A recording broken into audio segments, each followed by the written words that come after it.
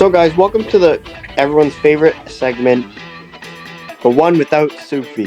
So today we're going to talk about how trash the Washington Capitals are. Ovechkin's washed.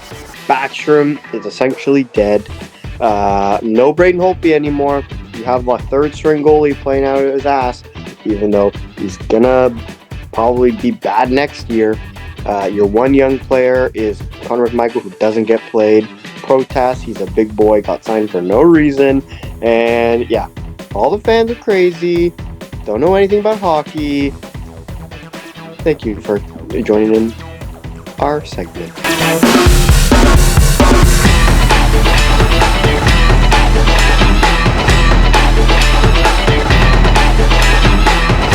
Welcome back to the Unfortunate Diehards podcast, hashtag number 53, Bo Horvat. That's a good one. Yes. What energy we have leading into this, huh? My name is Evan. I'm an Ottawa Senators fan. They had an incredible comeback. Welcome to the podcast. Someone else introduce yourself. Omar, the Leafs fan, who also had two incredible games against the Jets, swept the back-to-back home-and-home series. Samsonov.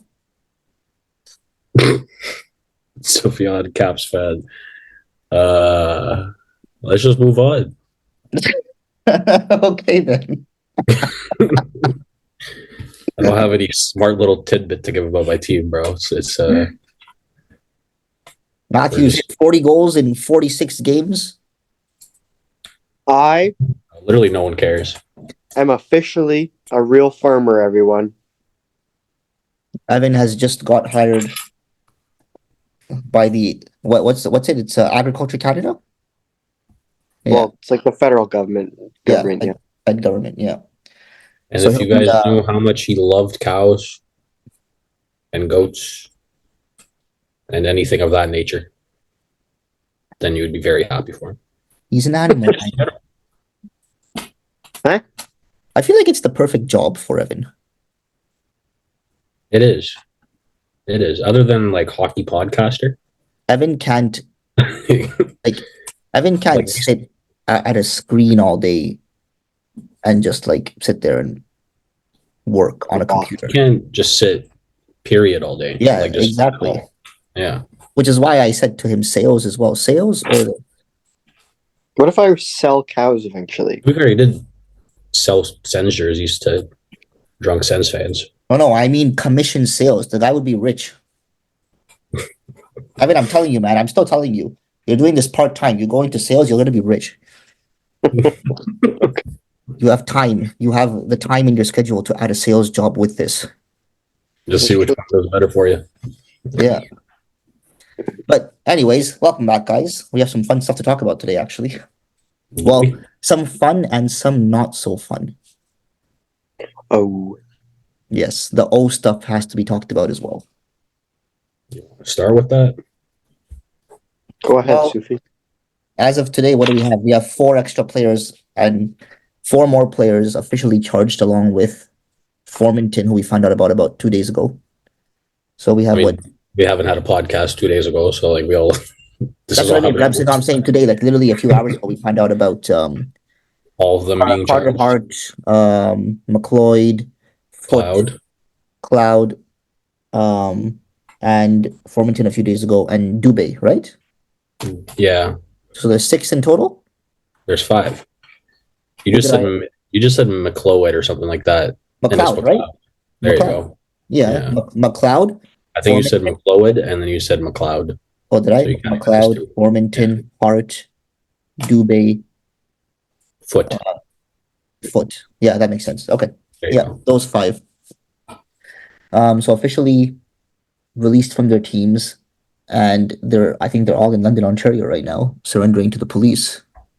They already, I think they all surrendered. It's 1 count each of sexual assault or something. We can look at this in 2 ways. Like, one is from the players, we know like they're most likely their careers are over at this point. And number 2, though, the NHL still hasn't released their findings, have they? Hockey Canada, actually, not the Yeah, NHL. I haven't heard anything about that. So Hockey Yeah. Canada did an investigation into it, and apparently they had conclusions as of this past summer, which they haven't actually released to anyone. I mean, there's a lot of protection of the players that's happening, Yeah. which shouldn't be. Like, it's the same thing with the whole Dubé statement in the first place. Like, obviously, these guys are going to fight for their innocence and stuff, and like, it's kind of the point of our justice system, I guess. But um, like, there's a lot of protection of like the stuff that people found, and no one's going to hear from a girl, obviously. So I don't know. This is like the thing is like now we've gotten some sort of like now we know who, but there's going to be no real conclusion to this for at least a few years. Yeah. Probably end of 2026-ish or so, we'll have some kind of conclusion, I think. I think a couple of years at least. Yeah. Yeah. But yeah, it's unfortunate. Especially with a couple of these players making that decision because they've essentially destroyed their careers.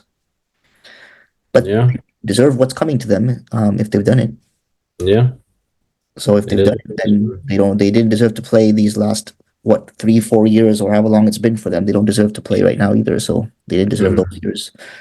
So I mean, realistically though, like I think there's a lot of shouting about these guys should get jail time and stuff like that. And like if they did do it, I do agree. But realistically, even if they did do it and they get charged, like it's gonna be slap on the wrist because that's just the way things work. Like it's gonna be like here's a 5-year sentence, but you're gonna be out in forever. Yeah. The only high profile athlete I've seen get like actually, put away are the ones that got charged with murder, like Hernandez. O.J. Simpson. OJ never got charged. Yeah, but he still ended up in jail at some point. Yeah, then he went to Vegas and decided to rob a casino or whatever. Yeah, you got to go to extremes to finally be put in jails as an athlete. So, like, there's a whole thing with the swimmer who did what he did and was like fully charged for that. I don't know if you remember that. It was a. Oh yeah, that was. Yeah, I remember this. He got out and like he got. I don't want to go into the details of that case because it's pretty deep, but he got out after like 6 months or something like that, and he was only charged with a year in the first place. Oh, I did not remember that he was only charged with a year. That's surprising. Yeah, and he got out in good behavior. That's weird. So like realistically, if these guys, I think it's just really frustrating that it's taken so long, and it seems like some of these things were concluded, but then it's like not like maybe it needed to take this long, but I don't know if it's one person's working on this or what. It's just frustrating for the victim, I'm sure, as well as tons of people involved. Like that, we just want to figure out who did it and get these people charged instead of it just dragging on for years. It is a sports sexual assault case, though, so I wouldn't expect that to happen. Yeah. Did you guys hear that? But do these I mean, because obviously a trial has to go on and stuff, so these players are still getting paid by their teams, aren't they? Unless there's something in their contract that says otherwise. Because it's also up to the NHL. Because usually when players get charged with anything, they get suspended. Yeah, because if they're sitting at there's home, lots of pay from that. Because if they're sitting at home for 2 years now because they can't play and a trial has to go on, but technically they're not found guilty as of yet, they're only charged. Does the NHL say, "Oh, you get paid until you're officially guilty," or what? If they're charged, they're not going to be playing. Like they're suspended until like indefinitely. That news is going to come out at some point soon. No, they're already charged, right? Like they're charged. No, I know, but I'm saying like the suspension from the NHL is going to come soon, and that'll come with them not being paid. Okay, all right, that makes sense. Yeah, that's going to happen at some point soon, 100%. But I mean, this is also we're also assuming that it's going to trial. We don't know what's going to happen in the next couple of years. They could settle in a year, and this could all be gone by next year. But it honestly just depends on the proceedings of the case and what they actually found, which no one actually knows. Yeah, right. I just think it might not be settled just because that was the attempt before, but it didn't work, right? Yeah. Like Hockey That's Canada tried to settle it. Hockey Canada. That was the problem, right? Hockey Canada didn't release anything, and they were just trying to settle it by themselves. Yeah. So obviously, that's not going to work. They had some Like, secret stash of funds just for this kind of stuff, apparently. yeah. Oh, Yeah. that's crazy. Oh my Yeah. god. There's stuff that came out from like the early 2000s too, right? Yeah. Yeah. No, that's But anyway, I guess we'll be an issue. everyone's going to be following that a little bit closely now, so seeing what's going on. Mhm. Let's move on to some happier things. Let's talk about your teams. Let's talk about Toronto. They had 2 games this week. They had 2 wins this week. Actually, they're on a little 3-game win streak before the All-Star break. Yeah. 2 back-to-backs versus the Jets, and before that it was Seattle, and now they're off for like a week and a bit until after the All-Star game. The biggest story right now is Samsonov is playing good. Is it gonna last? That's the story, bro. I'm not everyone, the thing is everyone talks about how, oh my god, Samsonov's back. It's like it's his redemption story and this and that. Like it's been a few games, man. Like I can't I like the way he's played in the last couple of games. And he's been a huge reason why the Leafs pulled out wins against, 2 straight wins against Jets. And he also played well against Seattle at his first game back last week. Mhm. But That's the thing with overly athletic goaltenders like Samsonov, right? They go through massive streaks, they make really amazing saves, and then the downturn when it happens is on plays that are really easy and like, the routine saves but start going in and stuff like that. It becomes a mental game for someone like Samsonov, especially because we've seen it so much over the last few years. Yeah. So it's similar to, I've heard a lot about the same thing about Korpisalo as well, because Korpisalo is more of like he's less positionally sound, but more athletic. And that can go one of 2 ways sometimes, right? Like if you're getting a ton of high danger shots, then you can look crazy and, pull out some insane wins and whatever.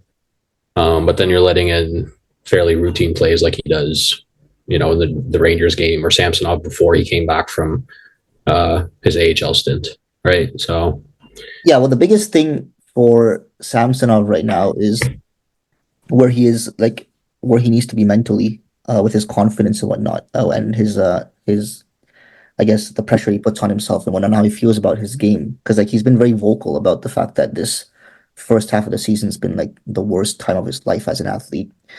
Well, he's playing in Toronto when he was playing bad. So exactly, right? He's playing in Toronto, he's playing bad, but he was also very vocal about how he lost all confidence and how nothing was, and so he's been pretty vocal about how shit his things have been for him since October.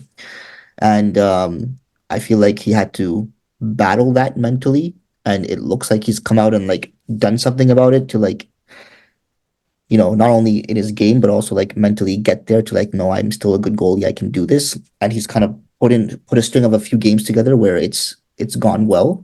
It's about, did he learn from that first half in terms of his mental game and his confidence, and he can like that he knows I'm going to be fine even if he has a bad game again in the next little while, or is he going to put a string of bad games together again and just ruin it? So we don't. That's what I want to see. Like, where is he at as not only like his game right now? If his game stays around this level, we're happy. But where is he mentally? Like, if a bad one goes in, is he going to crumble again? But the thing is that like for the team's success, I also don't think that it's like they can't just rely on him to play at that level at all times, right?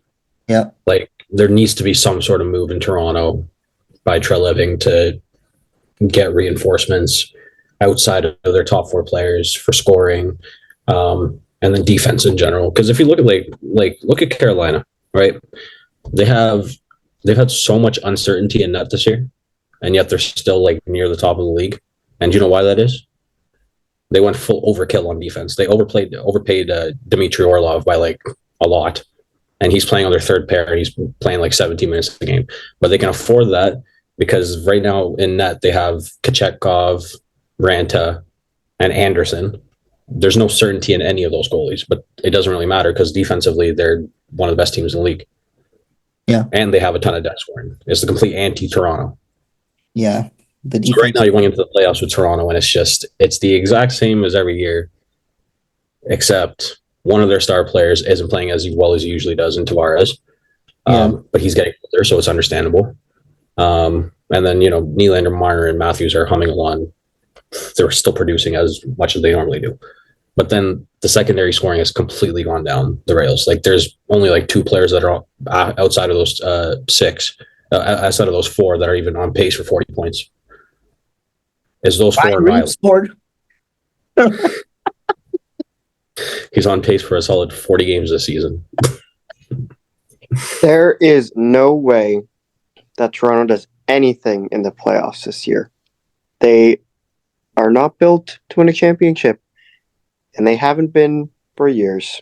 And that's nothing new to anyone but Leaf fans. But this is worse.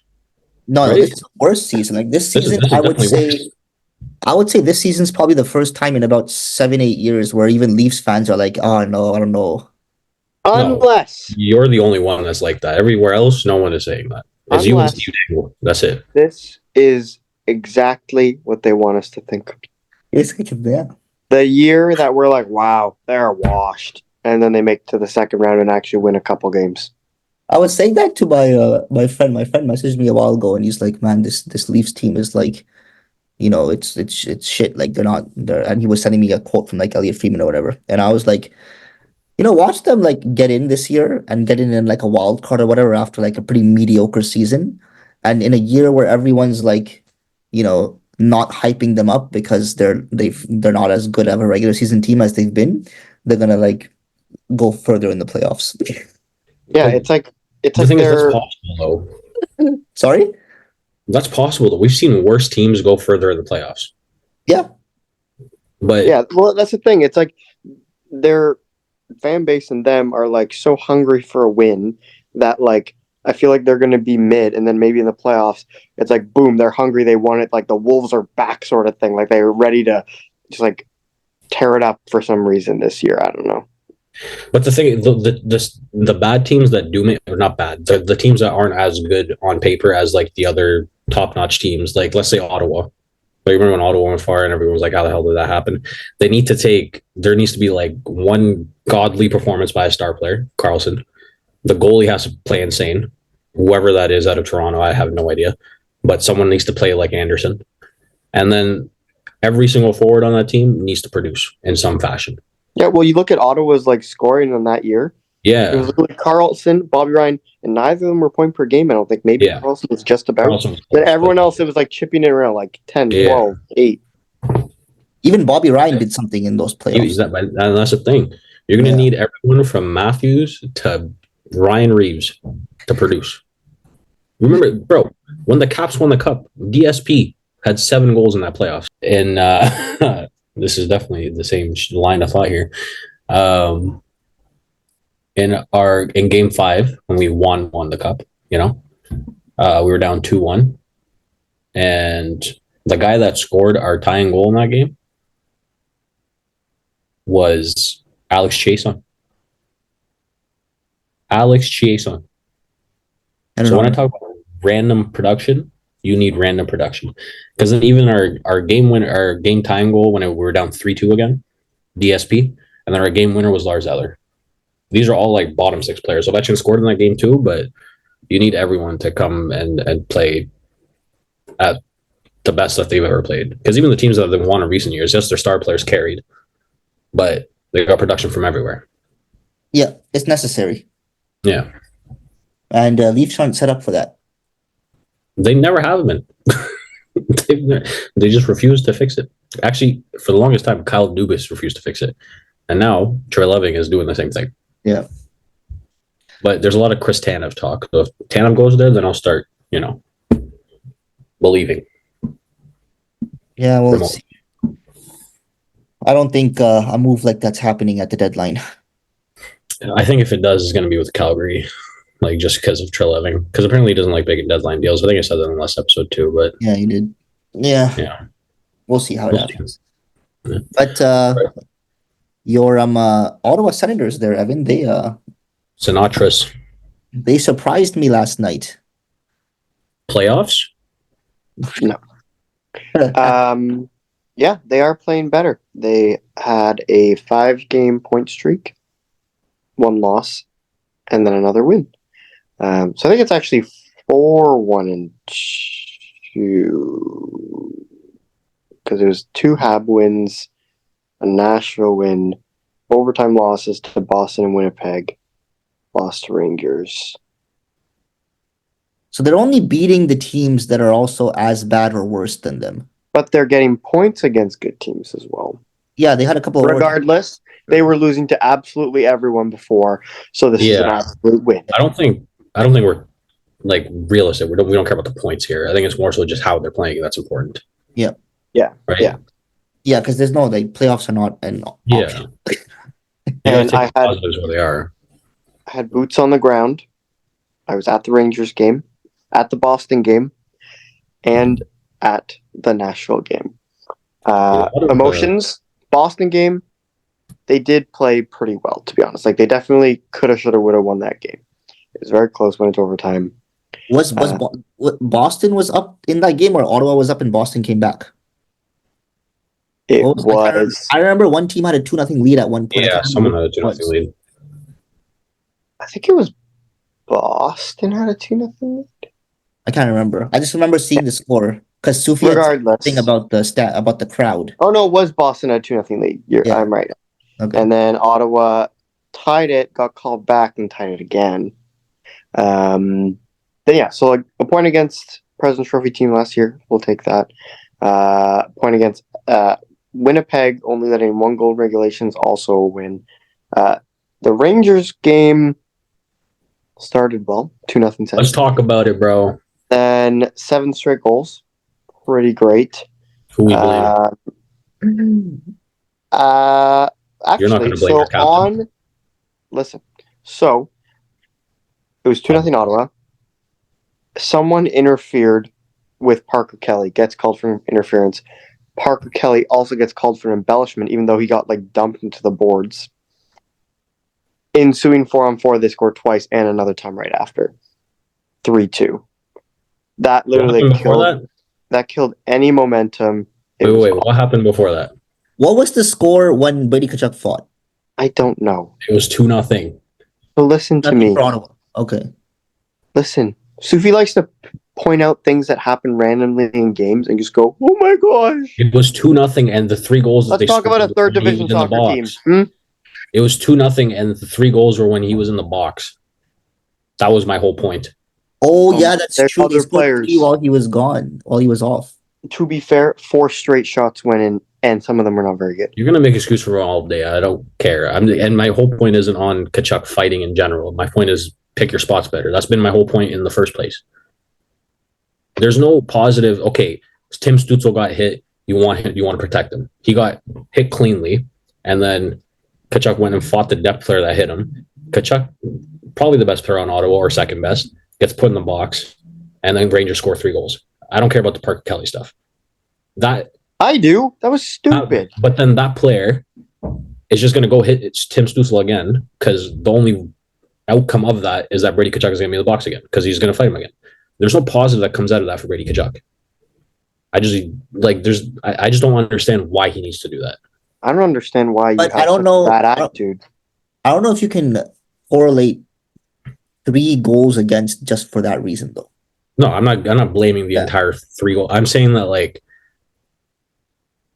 there needs to be some sort of accountability there for him to not just lose his mind over small things that happen in a game to certain players. You're saying he loses his mind anytime he fights. He's like he can't control himself. He hadn't fought in probably 15 games, and then he fights someone when the star player gets hit. There's no point. There was no point there to fight.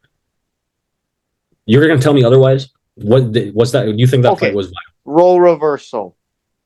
TJ Oshie gets crushed in the corner, and Ovechkin goes and fights someone. You're going to be like, what is he doing? Yes, bro. Nick Dowd, he went and fought someone after they hit Aubé Kubel after a clean hit. I said that was the dumbest shit that you've ever done. You know why I didn't care? Because that's Nick Dowd, not Brady Tkachuk.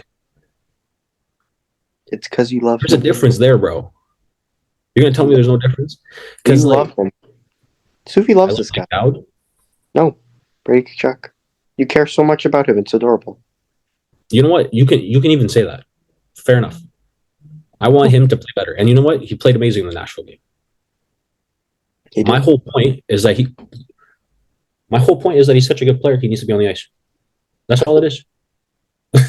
We're on the same side of it. Regardless, I think the bigger problem in that whole game was Korpisalo, so I'll give that to you. There was a couple of very interesting goals. Like I think the Kreider one was particularly deflating. Yes, it was. Someone photoshopped a beach ball onto the puck, and they were shooting the beach ball into the net. I found that kind of funny. But yeah, what are we gonna do about him, bro? I don't know. We're playing better. We're playing better, so that's what matters for now. Great comeback win. Ottawa, when were down 3-0 against Nashville, I smacked a chair. I was like, "Are you kidding me? 10 straight goals against. This is stupid." And then 3-1, I was like, "Okay." 3-2, I was like, "Okay, we're like really back in it now." And then when it was 3-2, I literally said, "Whoever scores next is going to win the game, no matter what." It's in the third or second period. Ottawa scores. They were the better team in the third period. Won it in overtime. Win by my favorite player, Claude Giroux. Yeah. You know what I will say though? I'm not gonna backtrack on anything. I'm going to foretrack, if that makes sense. So Brady Tkachuk has to. He feels that he has to stand up in that situation, right? Why is that? There's no one else on Ottawa that can insecure. Your words, not mine. But he feels that there's no one else on the team to do that. And you know, that's fair enough. But I'm not saying Ottawa needs to go out and hire, Ryan Reeves, because they don't. There needs to be some kind of player in the bottom six that can at least take exception and like not be as much of a liability to get off the ice, Because it's the same. Has fought lots this year. No, but it's the same thing. And he did in that game. It's the same thing when I'm talking about accountability for Leafs players for the lack of effort and stuff like that. That's not entirely on them because they are completely vital to their team's success. And there's like if they're gone or if they're not playing well, there's no one to take care of like the offense or anything like that. And that's purely been shown in every facet of the game. So whether they come back or play good defense or not, it doesn't matter. No coach is going to tell them otherwise because they don't want to upset them, because where else is the offense going to come from if those players don't play well and are happy and etc. Right? So no one's going to hold them accountable for that thing. If they got depth scoring and they had some other offense that was being produced on that team, then maybe you could tell Matthews or Marner. I'm not saying that they show lack of effort, leave me alone. I'm saying that you could at least go up to them and have those conversations in a better way, and hope that they're more responsible in certain areas of the game where they're maybe not right now. I think that kind of progression needs to happen at some point. It's the same thing that happened with Ovechkin. It's the same thing that's kind of happening with McDavid right now. He's still on pace for like 140 points, but he's one of the best defensive centers in the league right now. And look at how the team's playing. Sufi, do you think that you are a young person? According to a lot of people in Leicester, no. Why? Surrounded by a lot of 19 and 20-year-olds. So. Do you think that you are young? In the grand scheme of the world, yes. Brady Tkachuk's even younger than you. He's learning. His brain isn't fully developed.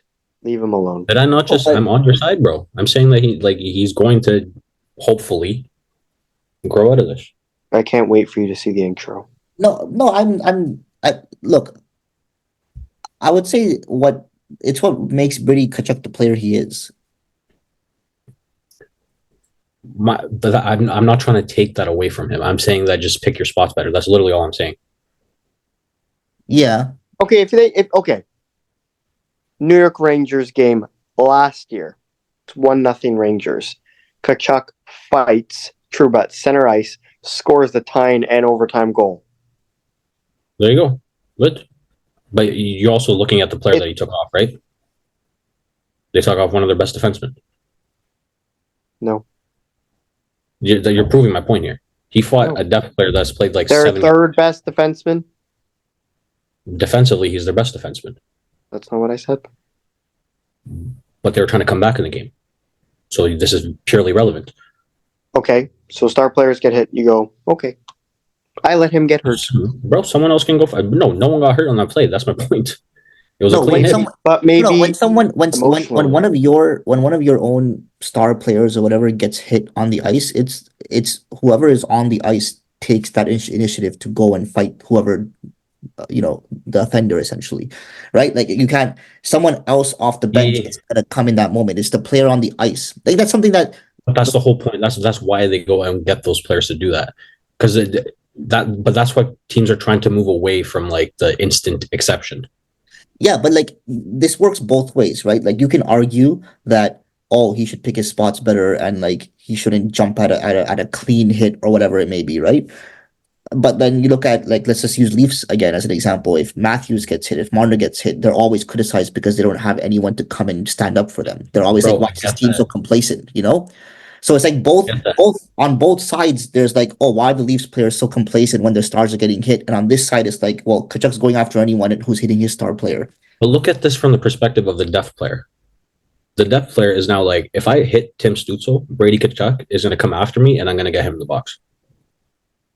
Okay, this does not happen every game. Stützle gets hit every game. Spots better.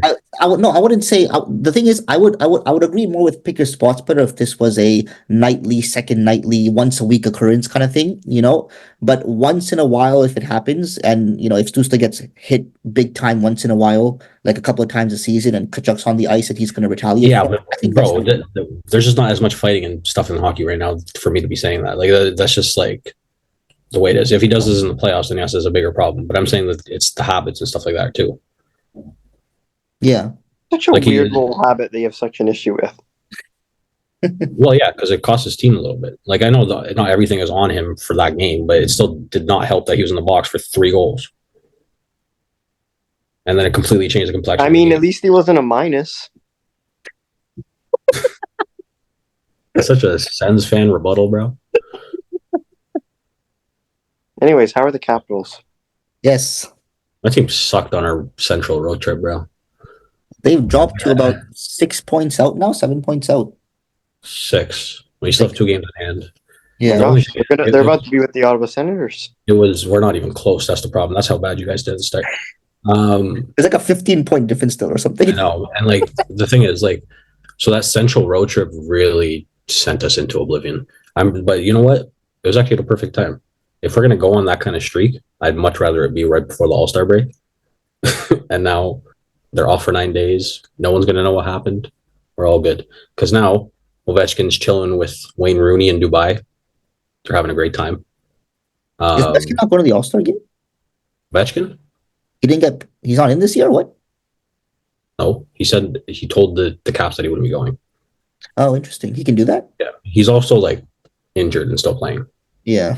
So it makes sense. Yeah. He definitely needs the rejuvenation. But you know what? That Dallas game that at the very end, it gave me some hope into the future, because we were down 4-2, and then Ovechkin snipes one, vintage from the point. Haven't seen that since the Nashville game where he like ripped it on Saros. And then Dylan Strome ties it with like 17 seconds left, and then we lose in overtime. You know what? We got a point, but it was still positive. Anytime the Caps score 4 goals this season, I'm taking that as a win. I would too, actually. But yeah, I mean, like the thing is, like we're kind of just there. It's just they're just like it's the same issue that we're always having, and it's just scoring. There's no other real major thing that we need to deal with. The problem is very obvious, and that's just goal scoring. Yeah. Well, they've got time. They can still squeeze in there. I mean, again, it's the same thing as I say with Toronto, where it's like, if we don't do anything at the deadline, then we may as well just sell, because we're not going to get anywhere with this team if we're not able to score. Yeah. And honestly, Sonny Milano was one of our better players at 5-on-5, and he's been out for the last 2 months. That hasn't helped. And Ovechkin's been playing better, but Kuznetsov has completely went in the other direction. And they're still trying to figure out where to put him. They tried him on the first line. They tried him on the second line. Tried him on the third line. And then, you know what? He got stuck on the fourth line with Albert Kubel and Beck Malenstein, and Nick Dowd was playing with Ovechkin and Tom Wilson. That's where we've come to with Evgeny Kuznetsov. So you know what? We can talk about this in our trade simulator thing because he's actually involved in mine. Oh, what a great transition. So maybe we should do that first. Since we are all diehard fans of our respective teams, we have constructed trades to benefit our teams right now.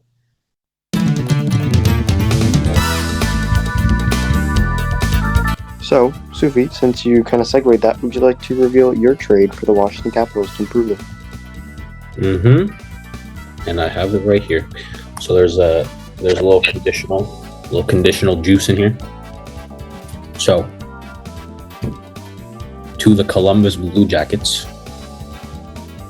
we have Evgeny Kuznetsov, the aforementioned 26-year-old Lucas Johansson, defenseman. He was a former first-round pick, hasn't really gotten a chance with us. Full spiel. And I think Columbus is in the position where they can just try out as many defensemen as possible and see what works. A 2026 third-rounder. And then here's the conditional part. It says conditional 2025 second-round pick. I'll tell the condition in a second. Because coming back to Washington is Justin Danforth, Patrick Laine, and a 2025 fifth. Now here's the condition. Laine hasn't played many games in the last 2 years. That 2025 second becomes a first if he plays at least 70 games next year. Okay. You get me? And the salary change is about $1 million for the Caps because Laine is making 8.7, Kuznetsov is making 7.8, and the other two players are both making close to league minimum, so not much difference there. But yeah, chances are Laine wouldn't play 70 because he'll ask for a trade around 15 games in. My hope is, at least Washington isn't Winnipeg or Columbus. How the city is formed. That's a pretty in-depth trade. I like it.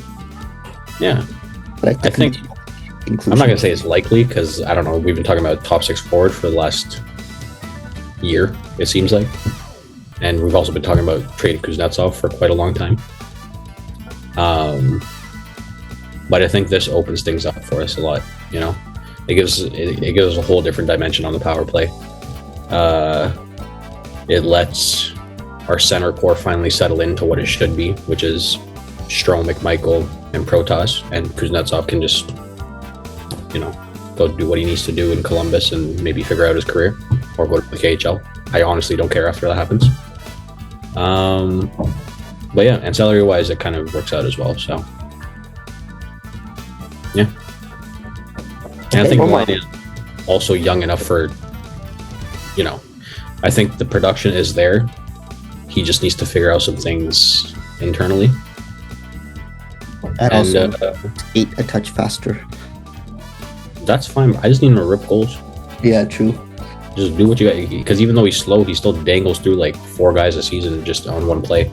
Yeah. At least once a season. And then he just doesn't do it ever again. But yeah. Omar, what are you doing to improve the Leafs? Okay, I have a little. So I know we've been talking a little bit about how Samsonov's been playing well and stuff, but I don't trust it. So, no. And I know the Leafs need defensemen and whatnot, but honestly, the thought of going into the playoffs with, Samsonov, Martin Jones, and Joseph Woll, who's barely played this season, is quite daunting. So for me, it's goalie all the way. So I've put together probably a very unrealistic trade, but one that I would love to see happen, which involves the Leafs letting go of their 2024 first round pick, their 2025 third round pick, their 2026 first round pick, so 2 firsts and a third, and including Tyler Bertuzzi in there, and that package goes to Nashville for Saros. Thoughts? Pretty sure you have too many goalie roster spots. Yeah. Okay, one will go on the IR. It's all good. Leafs are good at that. I think that actually does work right now because they have enough goalies in the minors at IR. Yeah. I know Bertuzzi hasn't been great, but I think that like the only problem with that is that you then lose your only guy that probably has potential to score more in your top 6 outside of those 4 players. I know that, but I've let that go. Also, you're just going fully, those 4 players have to produce, or we just give me I'll take the extra saves instead of the extra goal. I don't know how I feel about that. I think that's actually pretty fair value for UC Saros. The trade itself is fine. Like, the value-wise is fine. It's just like, I don't know.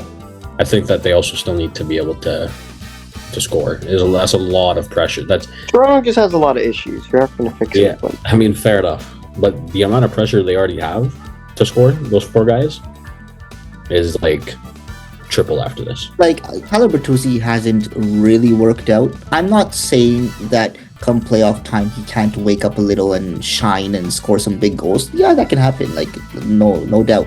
But he hasn't shown me that, like, oh, this is an irreplaceable player right now, like as a depth scorer, as a secondary scorer to the big 4. He hasn't been the guy. And I think the only problem is, though, you're hoping Saros comes in and like stands on his head, because like he has shown to do that at times, but the thing is, like, he's not having the greatest season right now in the first place. He didn't really have that great of a season last year either. I think the numbers weren't crazy, but they were still really good. This year, he's definitely fallen off track of that a lot. And like Nashville plays a much more sheltered system, so like I just don't understand. I just don't know how much this is going to propel you guys into. But it's something. I don't mind it personally. I think what I'm comparing Saros to is Ilya Samsonov and Martin Jones. So if he's fallen off a little bit, or if he's had a struggle for a year or 2 or so, I'm still gonna take him. The thing is, I wouldn't mind this as long as they do other stuff with it. Yeah, well, I wanted to put one trade out there. I'm not saying. I know. Yeah. As long as this isn't the only trade that they would make in the deadline, then it would be a great trade for me. Then get him in, and let's follow through with those Tanev rumors, and I'm a happy guy. I think if you get him and you trade Bertuzzi, you get a forward. That's the first priority, and then you can figure out defense from there. Yeah. Because then you've at least added a goalie that can make high danger saves. Yes. Which we can't really rely on that from your goalies right now. We can barely rely on them to make a regular save. Okay. Fair enough. So let's skip the whole high danger conversation, guys. Cross that bridge when we get there. Although, you know what, poor Samsonov, the guy made that 2-0. Come on, like poor guy. Like those were 2. Oh, they only won that game because of him. Yeah, so I'm sorry, Samsonov. You deserve praise for this week. By the way, the saves were great. That was also a very big botch job by those 2 Winnipeg players. Yeah. Yeah. 2 chances. The most brutal. That was the longest 2-0 I've ever seen. That was also the worst. We had 2 shots at it. Oh my god! The guy that took the first shot, if he passed that across one more time, he had a wide open net. Yep. I also think that initial shot they took, the passing play they made on the initial shot, I won't hate on them for that, because like that was fine. Like Samsonov just made a good save there. The second one, also, honestly, he made a really good save. I don't know. No, but that's what I'm saying. I think on the first one, the player didn't realize that Samsonov had completely committed to that side, and he still had a lot of room to pass it back. But you could see that the guy's head was down. He was ready to shoot it at that point, no matter what. But yeah, I think that second save was impressive, where he like reached back with his leg. Yeah. And then no Toronto player had shown up No. at all. None of the stars were on the ice. I don't want that. Mitch Marner actually was. I did watch that back. He so your entire analysis was pretty wrong, because Mitch Marner, after so that pass that came from their zone to those two players, Mitch Marner kind of like swung at it, Yeah. and then he was looking right at those two guys. He was looking at them, and then he saw those two guys, and he just left. He just went to the bench. No, he was on the ice after the play as well. He was one of the first ones to. Okay, but then that just proves my point. What? How did it take so long for him to get back? He was at the blue line when that happened. I don't know where he was. I have to watch the play again to see where Marner was. I don't know where Marner was. Because you were explaining that to me, and I was like, bro, that's not how I saw it. Well, you seem pretty passionate, so I'll let you have it. No, the only one that was on for sure that I saw who went for the bench instead of coming back was Nylander. Well, as Marner, that was the one that I would be talking about then, because he's the only one that took forever to get back. Connor Timmins was first back. Yeah. Because he has something to prove. I have not seen anyone skate that fast, because he was like at the circle and he made it back. You could tell he was like gassing it. All right, Evan, what's your trade? All right. Let me pull this up. Wait, this guy's your MLB 2024 cover athlete, Oh, Vlad. Guerrero. Very exciting stuff. Yeah. All right. My trade, I believe, helps with an issue. And I don't know if this is exact fair value, but I thought it makes sense. The Ottawa Senators trade Rourke Chartier and Jacob Chikrin to the Los Angeles Kings in exchange for Matt Roy, Carl Grundstrom, and a 2025 second round pick. Sorry, who's the player with Chikrin that goes to LA? Chartier. So, my thought process here is Matt Roy is a right-handed defenseman who is, I believe, more defensively sound, as well as you get Carl Brunson, who is I would say probably like a third liner, who plays hard, in exchange for a more of an upper echelon defenseman, and we get a higher draft pick as well. What were the picks in that? Just a second going to Ottawa. Interesting. Second going to- How old is Roy? 28. And how Wait, old is so it's Chikrin and Chartier for Roy, Grundstrom, and a second? Correct.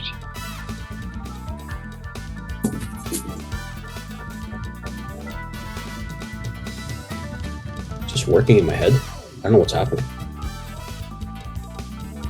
I like So, I do like Ottawa Matt Roy. trade defenseman and forward, get defenseman forward back. Ottawa also get pick. Okay. No, it just wasn't working in my head for some reason. Because I, like, for me, I was big name. Jacob the big name Chikrin is the best player in this deal, right?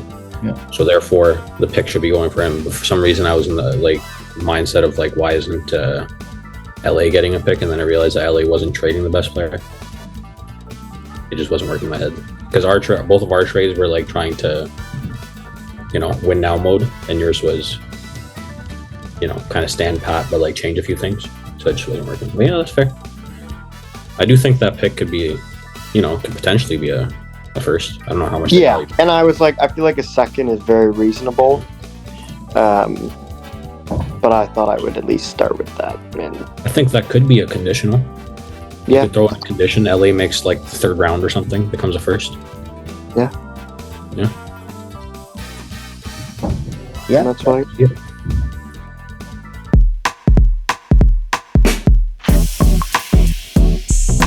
Now, I am also in charge of a little game, a little stack game. Woohoo. Either. So, I don't think I've done this before.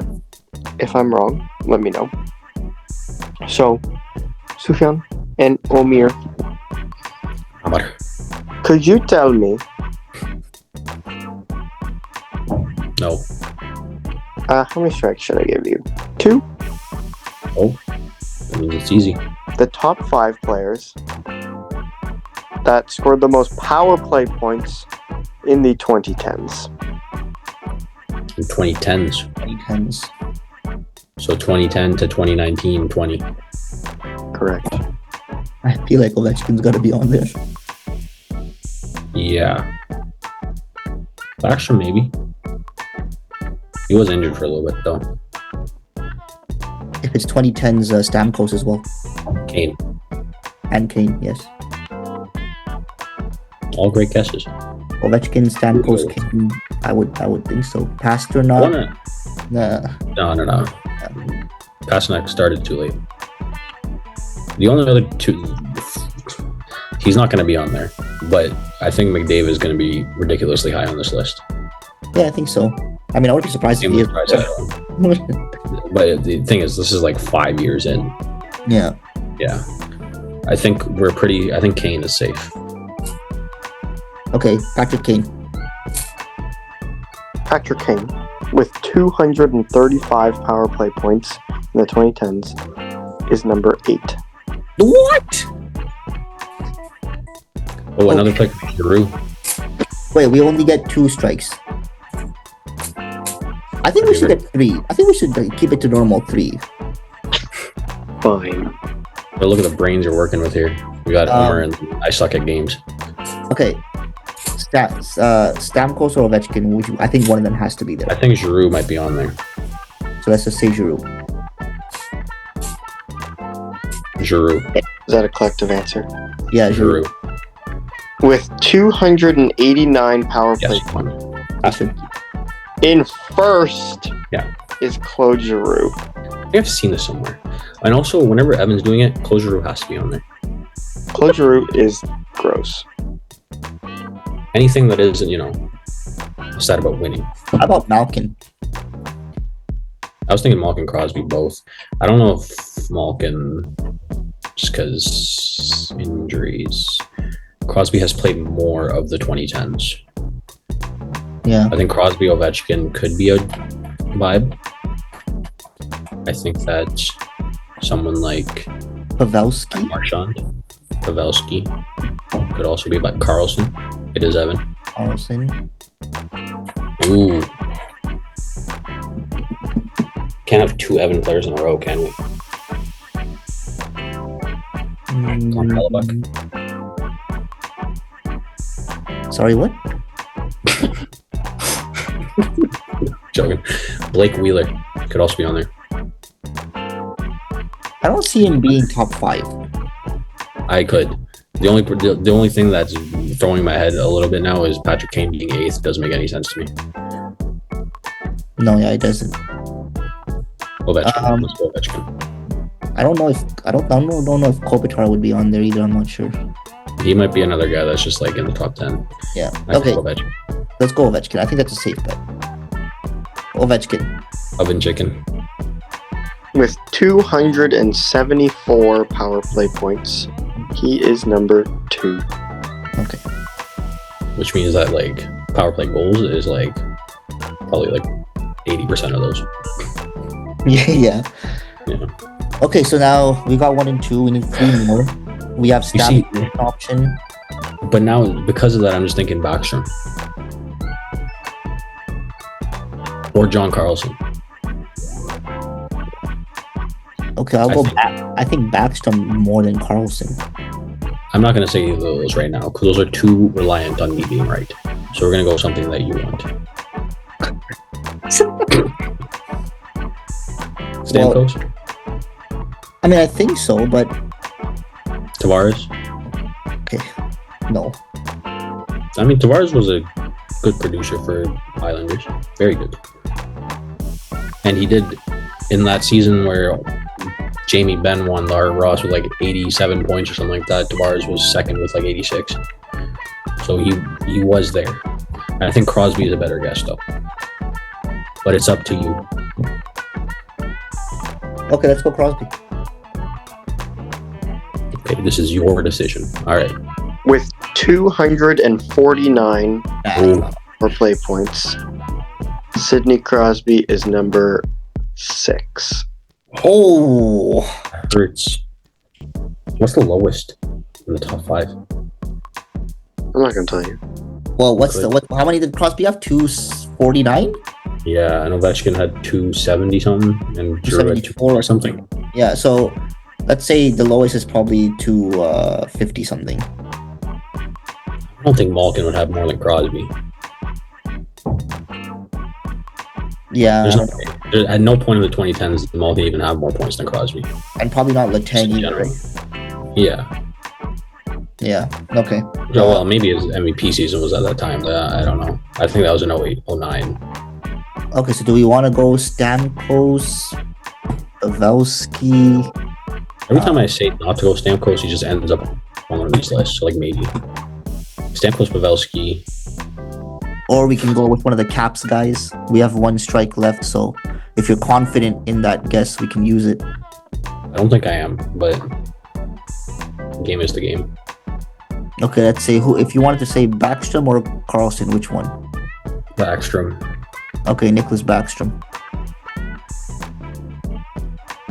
With 270 Oh, he's there. Yeah, power play points, he is 3rd. nice. That's a pull. And Ovechkin had 272. 74. 274, yeah. I'm dead. Okay, so 1, 2, 3. Now we need 4 and 5. We'll go Stamkos. Are we missing someone? Is there any retired players? In the entire list. No, in the No. top 5. In the top 5. Am I allowed to answer that? Because I think Yeah. Patrick Marleau could be there or Joe Thornton. No, not Marlowe. Joe It'd be Thornton. like Getzlaf. There is one retired player. It could be Joe Yes. Thornton. I'm thinking Getzlaf. Okay, fine. Let's go Getzlaf. There's one retired player. It could be Thornton too, though. I think Thornton or Getzlaf are good. Both of those are good guesses. And then who's are not retired? Pavelski? Yeah, Pavelski, Pavelski or Stamkos? Stamkos, I would say. I don't think Pasternak would be there. McDavid wouldn't be there. No. Not with that many. I don't know if Marchand would be there. I don't think so. If McDavid is on this, I'd be thoroughly impressed. Yeah. So Because that doesn't seem like that high of a number. okay, let's guess one of Thornton Marleau, and let's guess one of Stamkos. Thornton, Getzlaf, not Marlowe. Marlowe didn't have enough Oh, points. sorry, not Marleau. Thornton, Yeah. Getzlaf, and then yeah. Why do I feel like Logan Couture is on this list? And I have no idea why. I don't think he is, but Hey, how about McKinnon? okay. He started in 2013. I mean, He's not gonna be on there. 2013, and then he had like 3 not good seasons, 2 or 3 not good seasons. okay. Yeah, so I don't need to be on there. All right. Okay. You want to say? Carlson, like Eric, He's also. for potential. But Carlson. But Nah, Carlson. When did he get traded out of Ottawa? 2017, right? yeah, but he still produced in San No, Jose. it was like 2019. Yeah, 2019. yeah, Okay, and he still so- produced in San Jose. Yeah, but even Yeah, then, it's first year, in the San first Jose year. year is like irrelevant at that point. If he got traded 2019, it's only 1 year. The rest is all Ottawa. So yeah, I could see Carlson on there. Feel safer with Getzlaf. I don't know why. Okay, Ryan Getzlaf. With, I don't know how many he's not on the list. No, that's 3. Okay, so Four. Thornton. No. Who was it? Thank God. If it was Thornton, I would have actually like off myself if you got that and I didn't. Who was it? No, Okay. we gotta guess this. We can guess this. Stamkos. Stamkos is 7th. Ooh, Oh, Carlson. Eric. Eric Carlson is 12th. John Carlson. Malkin. John Carlson's not there. Malkin. Evgeny Malkin with 260 is 4th. So 5th. Yeah, we need the 5th, and that's the Yeah, retired player. That's you, bro. That's my bad. Who's Uh, the retired guy though? the Stanley retired guy, fifth. Marlowe. It can't be Marlowe. Osa? Well, I'm not going to say retired. He's inactive. Osa? No, he's retired. Inactive. Yeah, it's a guy that's LTIR probably then. Well, like Kovalchuk? No, Tkachuk? no, Zetterberg? nope.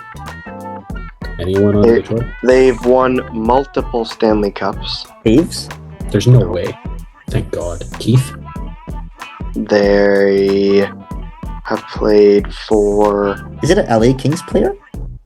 5 NHL teams, I believe. Or a player that won the cup with the Kings in like the 2014 and 2012 or something? At one point, they did play with one of our teams. Dave Bolland. Spezza? Dave Bolland? One of our teams. Well, like Andrew Ladd? They won multiple cups and played with one of our teams at one A point. forward? It is a forward. Is it a good forward? I mean, multiple cups. wait. 2010s retired. Is it going to be someone that I'm pissed off at not getting? Not you. Oh. Ooh. Leaf player. Kessel? With Ah. 254 Oh. power play points. I was Phil thinking Kessel him. is number 5. I can't was believe thinking Kessel's him. top 5. Are you kidding? I was thinking him, and I was like, no shot. But you know why that is? His Pittsburgh years. Yeah, his Toronto years on the power play were actually pretty good too, though. Now That's what I'm saying. Those were good, and the Pittsburgh Yeah. years, like back-to-back 90-point seasons, and they were all power play points. Yeah. That also makes sense with Malkin too, actually. My mind didn't even go to Phil Kessel. I thought about it, and I was like, there's no way. Yeah. That's fair. So 4 to 6 is all Pens players, but not the one that we thought of.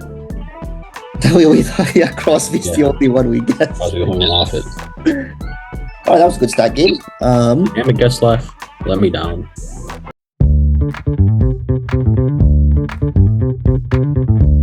So for the next part of our podcast, we have a roster game coming up. So essentially, we will rotate. This week it is Omar. He picks a roster of an NHL team from a certain year, and then Tufi and I will go back and forth guessing players who were on that team to 3 strikes, and whoever wins gets $8 million in bet credits on PointsBet. Not a sponsor.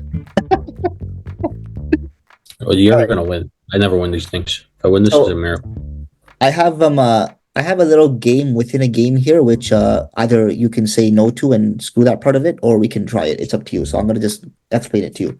So the roster I've picked is they were President's Trophy winners, and and at that time I think they were the winningest team to ever play.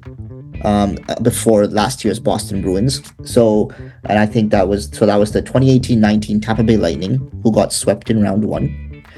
Now, the game within the game I want to play here is because I think generally you guys should be able to get most of this team. Is can you, one by one, name them in order of points? No. So, Let's try. if you can try in order Regular of season points? regular season points, if you can. Bro, I already struggle with the team, man. No, I'm not saying like you can give it a go. You can start. So start.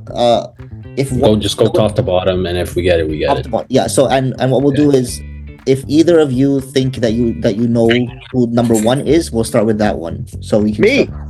Okay, go ahead. Nikita Kucherov. Yes, Nikita Kucherov had 128 points, so he's number 1. So Sufi. I'm already gonna be not second here, but Stamkos, Yep, number 2, 98 points. great. There's like 2 options, bro. That's literally. I know. Victor Hedman. Ooh. He's not third, he's fourth with 54 points. Okay, point. Yep, he's third with 92. Yeah, that was the only other guy. Okay, I didn't know if he had that many that Wait, year. I was like, how many points did Hedman have? 54. What? What the heck did their depth players do that season? Okay, I'm next. Yep.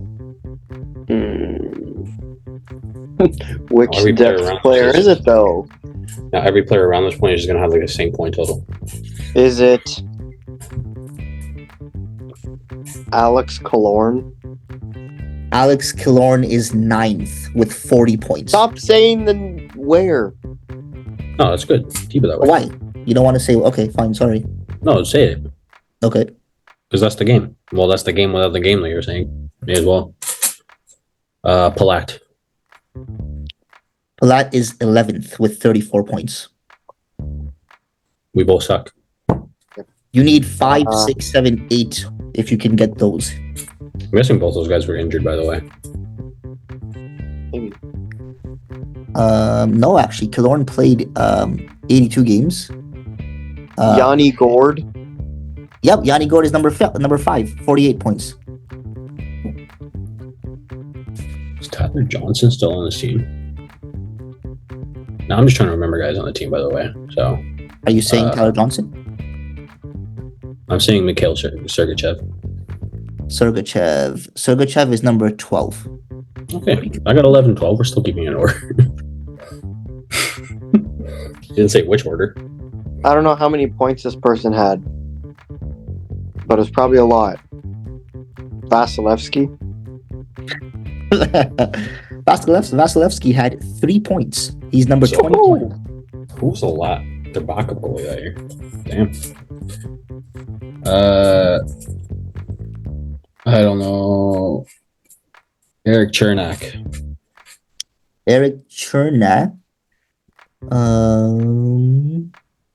Number 19 with 16 points. I did not care about his points. He's defenseman, bro. We've moved past Ryan this. McDonough. Ryan McDonough, yes. Number 8, 46 points. This is pre-Pat Maroon, I know that. Tyler Johnson. Yep, number 6, 47 points. Barclay Goodrow. Barclay Goodrow is not there. That's strike 1 for Evan. I swear they had like a line together. With Gord. Didn't they just trade for him? No. Like the year before his free agency, they traded for him like that year, which was only like 2 years ago. Oh, I'm just gonna take a stab at it since he took the strike. Curtis McElhaney. Curtis McElhaney is not there. No, that's strike for you as well. Okay, now I want to take a strike because you took a strike. Is it Brian Elliott? No, not Brian Elliott. Those are the 2 goalies I was thinking. Who the hell? Oh, wait. Let's figure out this backup. So that's Bishop? strike 2. Is that your guess? Yeah. No. You both have 2 strikes. He's his backup goalie. Yeah, that was the only other one that I could possibly think of. I'm gonna live by the sword, die by the sword, I guess. Is it Peter Budaj? No way. I'll just stop guessing goalies. Ah, I'm not counting that as a strike. I'm just not accepting the answer. Generous. Hey, we will get this backup goalie. It was Peter Budaj. He just didn't want to choose the goalie. Imagine. Nice. Blake Coleman. Blake Coleman. No, Who's on New Jersey? that's strike 3. So Sufi, I guess to win it. Go for the goalie, I dare you. I can't even think of who that could possibly be, if I'm being honest.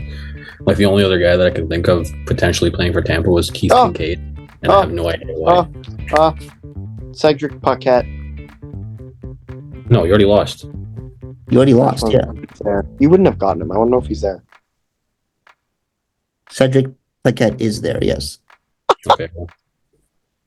That's my guess. That's your guess. Cedric Paquette. You guys forgot someone actually pretty big. No, but let me keep going here. He just has to steal my thunder. Okay. It's very loud thunder I have. Is he there yet? Corey Perry. Corey Perry, no, he wasn't there yet. We both tied. So Paquette's my next one. So you go again, idiot. No, we stop at 3. It's done. No, we tied. Go to see who gets this now. Sure, go, keep going. Why not? I'm not counting this as a loss in the eyes of Allah. This is not a loss. So wait, whose turn is it? Evan's turn? No, You won Packet. Oh no, you're up. Okay, yeah. Putting a screw in my tuner here, bro. I was completely checked out now. I You got the back of goal? know. Give me a second here. I have multiple actually. You said Now that I wasn't thinking of a goalie. You said we forgot a pretty big player. Yeah. In stature. Vlad Nemesnikov. From the Rangers. No, he's not there. Anthony Chiarelli. Oh damn, yeah, I forgot about him. Yes, Anthony Cirelli's there. Yep. Matthew Joseph. Yep. Imagine we just didn't go after backup goalies. You know. Fair enough.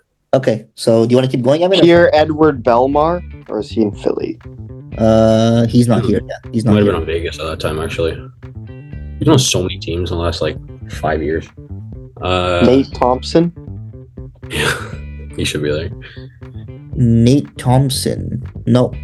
Really? Where the hell was Nate Thompson? Kevin Shattenkirk. Kevin Shattenkirk. No, not at this time. Shattenkirk was on the Caps. Oh yeah, what the heck? Yeah. I'm trying to think of random people that played for the Lightning at this point. I can't fixate on the backup goalie. Who the hell was a backup goalie? But I literally don't care about anything else. Louis Domingue. Domingue. Domingue. Yeah, he played 26 games. He didn't even come to my head, bro. What's their bottom player defense? So, okay, I'm just gonna tell you now, right? The big player you guys got was that you guys forgot was JT Miller. Oh, My goodness. Yeah, JT Miller was there. He was 7th with 47 points that season. That team is crazy. I don't think either. No, you did say so. You said him. Braden Coburn. I don't know if you said. No. Adam Earn. Was Paquette, Dan Girardi on this team? Said sorry. Was Dan Girardi on this team? Yep, Dan Girardi. No way. Ryan Callahan. Bro, what the heck is this team? Anton Strawman. And then Danik Martel, Jan Ruda. Who do they I lose? thought about saying Jan Ruda. Yeah. Okay, let me get this right. Their top 9 was Stamkos, Point, Kucherov, Palat, Gord, Johnson, Joseph, Cirelli, and JT Miller. Yes. How the hell did this team lose? And then their top player was Hedman, McDonough, Sergachev, Chernak. But think of this. Don't forget Vasilevsky. Don't forget Callahan as well. And Callahan. Had Duchesne, Panarin, Dzingel. Bro, that is actually bad. That's like the biggest bag fumble. They could have went for 3-peat. They had to wait for Montreal to make it to the finals to win a cup. Yeah. That's crazy. No. The first one was Dallas to beat Dallas. Then it was Montreal. No. The first one was Montreal. Because 2020. Because remember, it was the 2020 was the one where they had the extended playoffs. Yeah. That was Montreal. Because Montreal wouldn't have made the playoffs if it wasn't for that. But Tampa's first cup was Dallas. It was against Dallas. Then it was against Montreal. The season after. They beat Dallas in the season that was just that was against the Canadian team. The Canadian teams were against Canadian. No. That was the Montreal. That's how Montreal made it to the final. They beat Toronto in round 1 of the All Canadian division. Then they played Winnipeg round 2. Then they played Vegas round 3. And then they played Tampa round 4. It was Dallas versus Tampa 2020 playoffs after the 5-game play-in series they had in Toronto and stuff. And then they had during COVID, in the middle of COVID. So they won the cup versus Dallas first. because we Well, that did makes sense because you remember because Perry was on Dallas and then he was on Montreal. yeah. Poor guy So, never won a cup after his first one. Well, thank you everyone for tuning into our episode 53 of the Unfortunate Diehards podcast. Woohoo! Thank you for joining us, Sufjan. We know it's very late where you live, and you probably had to miss a third division soccer league game for this. And we really appreciate you. see you again in less than a week, actually. Less than a week, bro. We got a big episode coming, mid-season awards.